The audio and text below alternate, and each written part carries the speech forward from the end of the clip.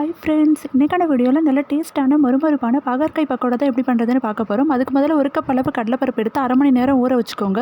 ஊற வச்ச கடலைப்பருப்பை ஒரு மிக்ஸி ஜாரில் சேர்த்துட்டு லேசாக தண்ணியும் உப்பும் போட்டு அரைச்சி எடுத்து வச்சுக்கோங்க. அரைச்ச மாவை தனியாக ஒரு பாத்திரத்தில் மாற்றிட்டு அதில் ஒரு ஸ்பூன் தனி மிளகாய்த்தூள், கொஞ்சமாக பூண்டு மட்டும் இடித்து சேர்த்துக்கோங்க. அதுக்கப்புறம் கொஞ்சமாக சோம்பு சேர்த்துட்டு நல்லா கலந்து விட்டுக்கோங்க. இது கூடவே ஒரு ஸ்பூன் மஞ்சள் தூள், அதுக்கப்புறம் 2 ஸ்பூன் அரிசி மாவு சேர்த்துட்டு நல்லா மிக்ஸ் பண்ணிக்கோங்க. அடுத்ததாக நல்லா ரவுண்டாக கட் பண்ணி விதை எடுத்து வச்ச பாகற்காயை இதில் சேர்த்துக்கோங்க. பாகற்காய் பார்த்திங்கன்னா சின்ன சின்னதாக இல்லாமல் பெரிய சைஸ் பாகற்காயை பார்த்து வாங்கிக்கோங்க. இப்போ இது நல்லா மிக்ஸ் பண்ணதுக்கப்புறமா அடுத்ததாக ஸ்டவ் ஆன் பண்ணிவிட்டு ஒரு வானல் வச்சுட்டு பொரிக்கிறதுக்கு தேவையான அளவு எண்ணெயும் ஊற்றிக்கோங்க. இப்போ நம்ம மிக்ஸ் பண்ணி வச்சுருக்க இந்த மாவை பாகற்காய்க்கு 2 சைடு நல்லா ஒட்டுற மாதிரி கையால் பிடிச்சி எண்ணெயில் அப்படியே விட்டுருங்க. உதிர்த்திலாம் வராது மாவு. ஒவ்வொரு காயை இதே மாதிரி எண்ணெயில் போட்டு நல்லா பொன்னிறமாக செவந்து வந்ததுக்கப்புறம் எடுத்தீங்க அப்படின்னா நல்லா டேஸ்ட்டான பாகற்காய் பக்கோடா ரெடி ஆகிடுச்சு. இதை நீங்கள் ஈவினிங் ஸ்நாக்ஸாகவும் சாப்பிடலாம். இந்த வீடியோ உங்களுக்கு பிடிச்சிருந்தா லைக் பண்ணுங்கள். இன்னும் நிறைய ரெசிபிஸ் தெரிஞ்சுக்க நம்ம சேனலை சப்ஸ்கிரைப் பண்ணிக்கோங்க.